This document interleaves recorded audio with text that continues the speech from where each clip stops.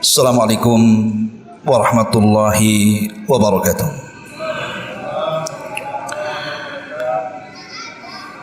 Alhamdulillah wassalatu wassalamu ala Rasulillah wa ala alihi wa sahbihi wa mawalah wa la khair wa la hawla wa la quwwata illa billahi wa ba'du. Alhamdulillah, di malam hari ini kembali kita bisa melaksanakan salat tarawih berjamaah, dan kita lanjutkan kajian kita masih membahas kisah-kisah Bani Israel. Ma'asyiral muslimin yang dimuliakan Allah Subhanahu wa taala, untuk kisah kali ini tidak terdapat isyaratnya di dalam Al-Quranul Karim, tapi kisah ini tercantum dalam hadis sahih yang dikeluarkan dari Imam Al-Bukhari dan juga Muslim dari sahabat Abi Hurairah radhiyallahu anhu. Mungkin sebagian kita sudah mendengar kisah ini, tapi tidak mengapa kita ulas kembali dan kita ambil hikmah dan pelajarannya. Kisah ini disebut kisah Juraij Al-Abid, seorang ahli ibadah yang bernama Juraij yang hidup di zaman Bani Israel. Abu Hurairah radhiyallahu an menukilkan perkataan Nabi sallallahu alaihi wasallam, "Lam yatakallam fil mahdi illa thalatha." Tidak ada bayi yang bisa bicara dalam ayunan ibundanya kecuali 3 bayi. Pertama, Isa bin Maryam. Dia bisa bicara saat dalam buayan ibundanya tercinta Maryam bintu Imran. Yang kedua, sahib Juraij yang kita akan kisahkan di sini. Dan yang ketiga, bayinya Masyitah, tukang sisir dari putri Fir'aun. Ketika hendak dilempar bayinya ke dalam kewali yang penuh dengan zait dan minyak itu, tiba-tiba ibunya hampir saja melepaskan keimanannya. Tapi sang bayi mengatakan, "Wahai ibunda, jangan kau sedihkan diriku, karena engkau berada di atas kebenaran." Inilah 3 bayi yang bisa bicara dari bayi-bayi ajaib di dunia. Isa bin Maryam, kemudian bayi yang kita akan kisahkan dalam kisah Juraij, dan juga bayinya Masyitah, tukang sisir putri Fir'aun. Dan kesemuaan adalah keajaiban dan kuasa Allah Subhanahu wa ta'ala. Bagaimana kisah Juraij ini? Juraij ini pada awalnya dia seorang pedagang dan sukses dalam perniagaannya, menjadi orang kaya. Tetapi yang namanya kekayaan itu terkadang datang, terkadang pergi. Itulah sifat dunia. Boleh jadi dunia yang meninggalkan kita atau kita yang meninggal dunia. Akhirnya satu waktu Juraij ini mengalami kebangkrutan sehingga dia menjadi miskin. Dari situ dia berpandangan bahwa perniagaan itu tidak ada kebaikan bagi kehidupannya. Akhirnya dia pun berniat untuk i'tizal, berlepas diri dari dunia dan fokus beribadah kepada Allah Subhanahu wa taala. Kemudian dibangunkan satu saumaah, tempat ibadah yang terbuat dari tanah. Kemudian diletakkan beberapa jendela untuk melihat keluar. Sejak itulah Juraij tidak pernah keluar dari saumaahnya, kecuali dalam hajat-hajat penting saja. Jadi dia beribadah kepada Allah Subhanahu wa taala tidak ada hentinya di saumaahnya ini. Sampai pada waktunya ketika sang ibu berhajat kepada Juraij dalam sebuah keperluan, Maka ibunya kemudian memanggil-manggil dan mengatakan, "Ya Juraiz, ya Juraiz, wahai Juraiz, kemari." Lah Juraiz ini posisinya sedang sholat. Sebenarnya kalau dalam Islam, kalau yang kita lakukan adalah sholat sunnah, kemudian dipanggil oleh ibunda kita, maka sebaiknya batalkan sholat itu, kemudian langsung datang kepada ibu kita. Karena bagaimanapun seruan seorang ibu itu hukumnya wajib dibandingkan terus-menerus di atas sholat sunnah. Tapi kalau seandainya kita sedang sholat wajib, kemudian ibu kita memanggil-manggil, maka seharusnya memperpendek sholatnya, memperpendek bacaannya supaya cepat datang kepada panggilan ibundanya. Tapi Juraiz ini adalah sang abid ahli ibadah dan tidak memiliki pengetahuan soal itu. Padahal dia sedang sholat sunnah, harusnya dia batalkan itu sholatnya. Malah kemudian dalam hatinya Juraiz pun berpikir, kalau saya batalkan sholat saya sama dengan durhaka kepada Allah. Tapi kalau saya tidak membatalkannya, sama pula saya durhaka kepada orang tua. Maka terjadilah perang batin di hati Juraiz ini. Akhirnya dia memilih meneruskan sholatnya dibandingkan memenuhi panggilan ibunya. Dan ini kejadiannya berkali-kali. Yang namanya seorang ibu, ikhwan, ini penting antum harus pahami bagi antum yang punya ibu. Seorang ibu itu punya kecemburuan kepada anaknya. Seorang ibu itu punya kecemburuan kepada anaknya. Dia tidak mau anaknya itu berpaling kepada hal-hal yang lain dibandingkan kepada dirinya. Itulah yang mengakibatkan ibunda Juraiz ini marah kepada Juraiz.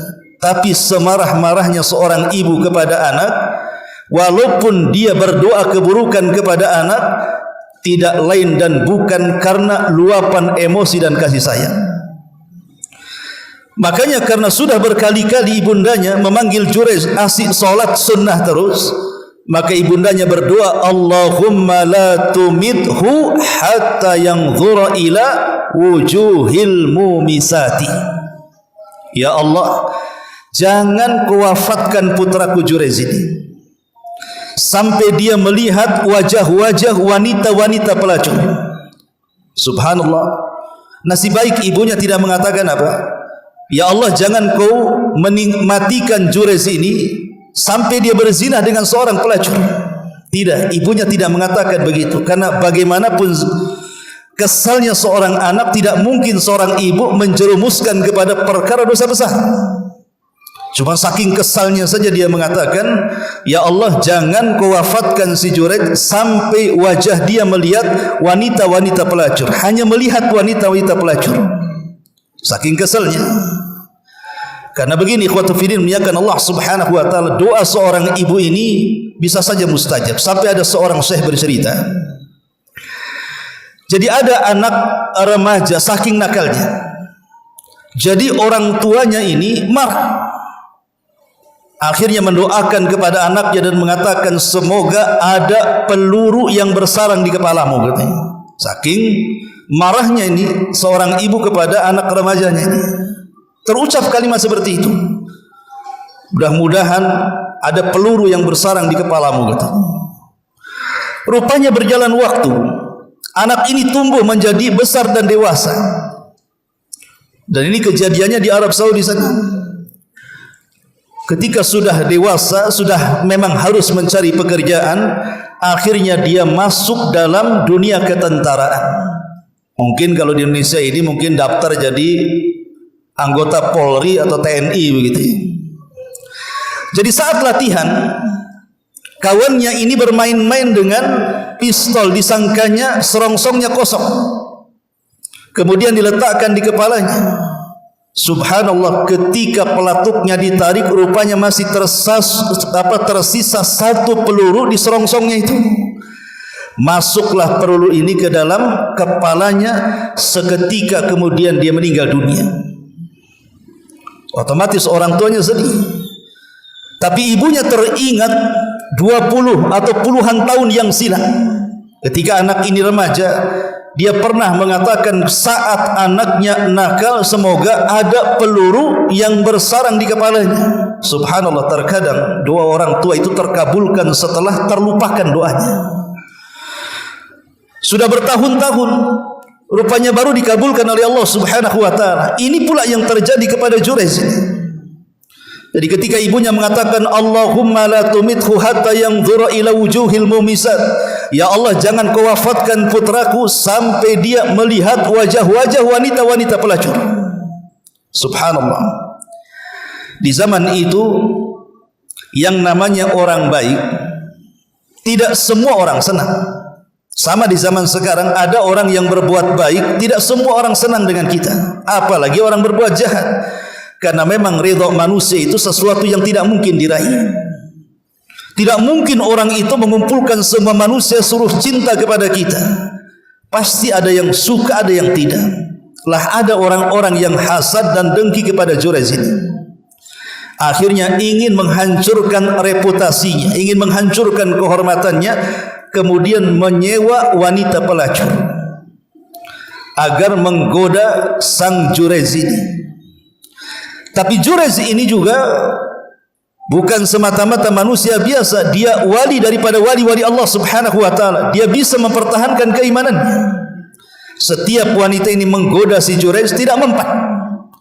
Sampai pada waktunya akhirnya bersiasatlah wanita licik pezina ini berzinah dengan salah seorang penggembala kambing yang hidup di sekitar saumaahnya Jurayz itu.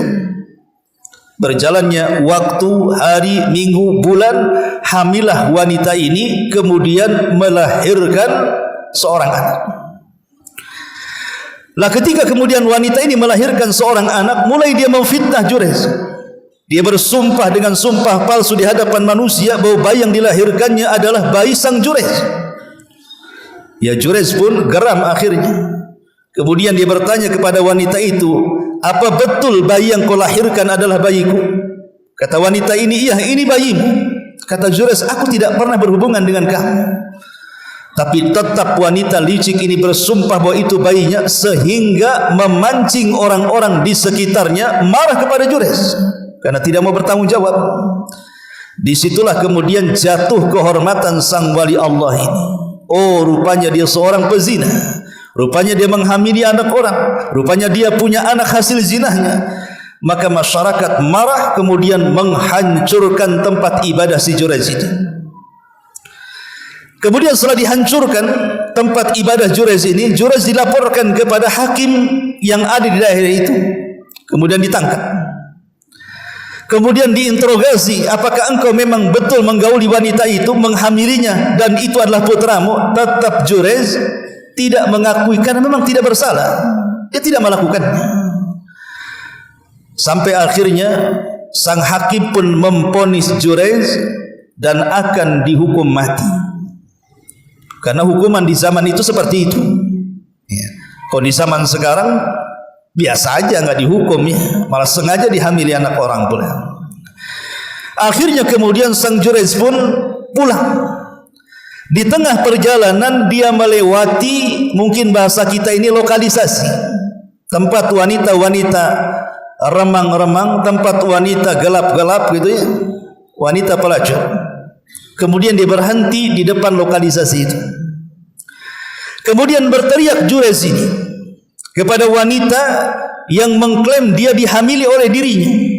Dan Jurayz mengatakan, mana wanita yang mengaku berzinah denganku dan punya anak? Tiba-tiba wanita itu keluar dan membawa bayinya.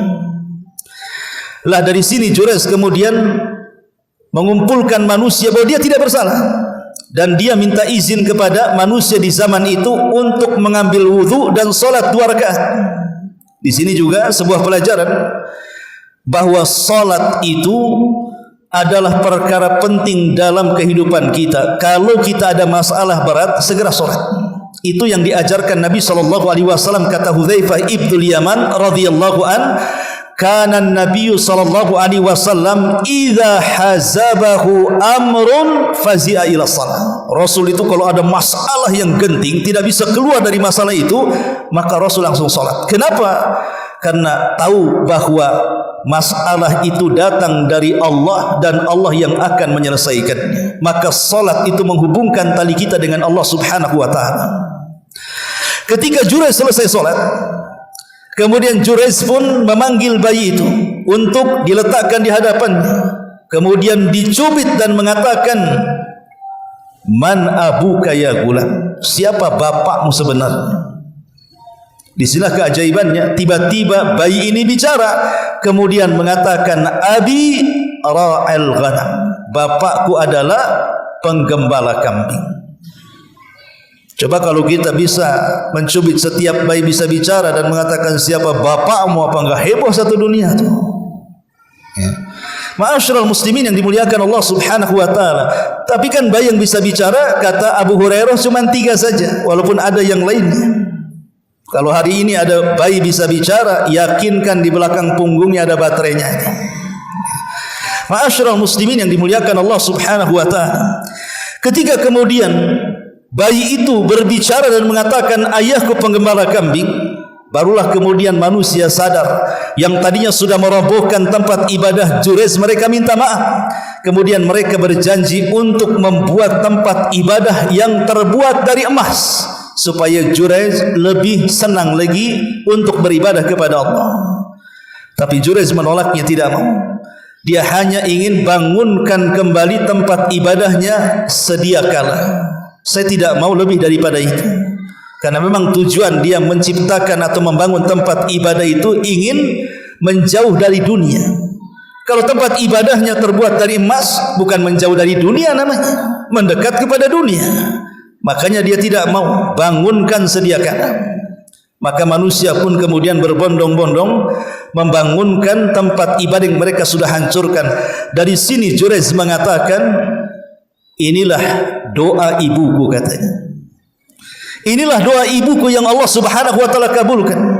Kemudian Jurayj mengatakan, ya Allah, nasib bayi ibuku tidak mengatakan, ya Allah jangan kau wafatkan Jurayj sampai dia melakukan perzinahan. Sebab kalau ini yang didoakan ibunya pasti terjadi, kan begitu. Tapi ibunya tidak mendoakan seperti itu. Dan ini juga pelajaran bagi setiap orang tua, semarah apapun kepada anak, jangan mendoakan doa buruk. Lihat Imam Sudais dalam biografinya.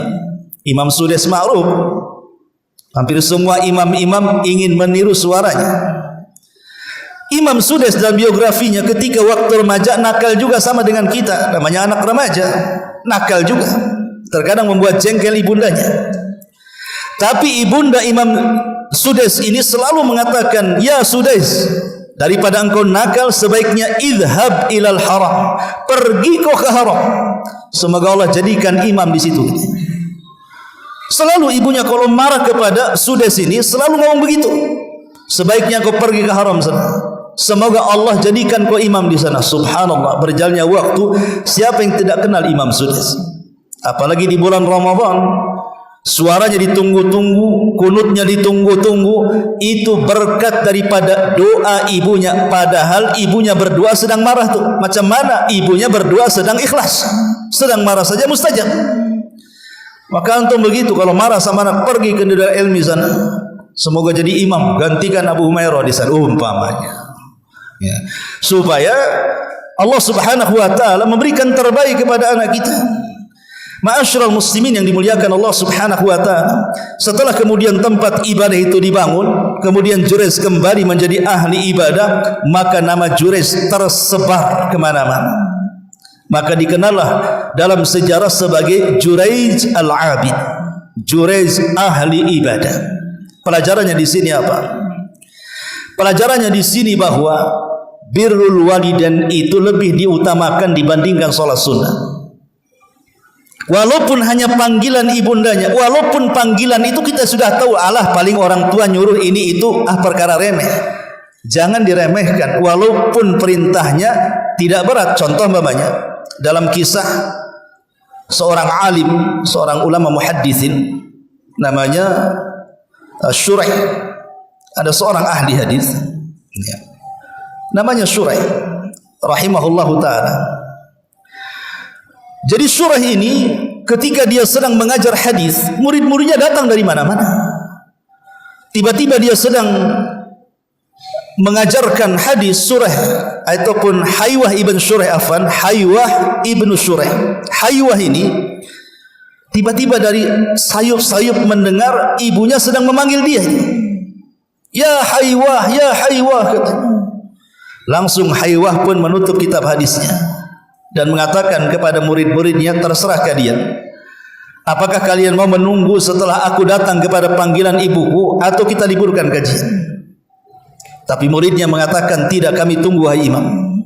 Dia tutup kajiannya, dia datang ke panggilan ibunya, padahal ibunya itu sedikit ada masalah di kepalanya, ada gila-gilanya.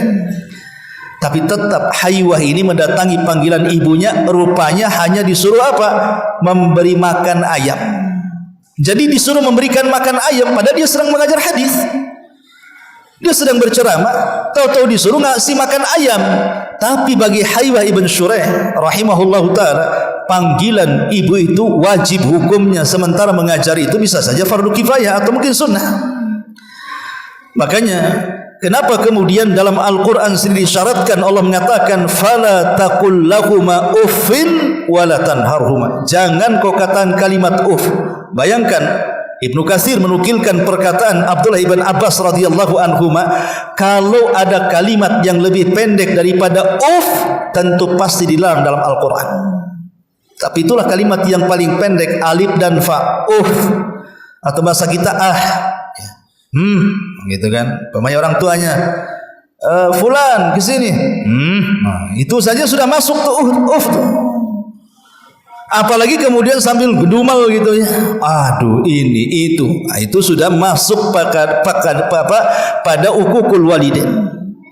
Karena uququl walidain ini terkadang perkara-perkara yang kita tidak sangka itu bagian daripada durhaka, rupanya masuk dalam durhaka. Abdullah ibn Abbas pernah ditanya tentang makna birrul walidain. Kata Abdullah bin Abbas, makna itu luas, tidak mungkin saya jawab dalam waktu yang singkat, ini perlu daurah katanya. Kemudian ditanya lagi, ya sudah kalau begitu apa makna uquq wahai Ibnu Abbas? Apa sih makna durhaka kepada orang tua itu? Maka Ibnu Abbas mengatakan, semata-mata engkau kebutkan pakaianmu seperti ini, dikebutkan seperti ini kan, namanya di padang pasir kan mesti ada debunya tuh. Ya. Semata-mata mengebutkan pakaianmu, kemudian debunya terbang ke muka ibumu, maka itu sudah dianggap uququl walidain, kata Ibnu Abbas. Hanya semata-mata mengebutkan pakaian, padahal kan tidak ada tujuan untuk memberikan debu kepada wajah orang tua kita kan, karena terkadang debu itu juga tidak terlihat, hanya tertempa angin. Makanya kalau mengebutkan sesuatu jauh-jauh dari orang tua, boleh jadi ada debu yang terbang kemudian terkena wajahnya, karena Ibnu Abbas menganggap itu bagian daripada uququl walidain, itu bagian daripada durhaka kepada orang tua. Maka dari sini penting, apalagi di bulan Ramadan, maka silaturahim kepada orang tua itu adalah perkara yang sangat besar setelah mentauhidkan Allah Subhanahu wa taala. Ini yang bisa sampaikan, mudah-mudahan ada manfaatnya. Subhanaka bihamdika asyhadu an la ilaha illa anta astaghfiruka wa atubu ilaik. Allahu taala alam. Assalamualaikum warahmatullahi wabarakatuh.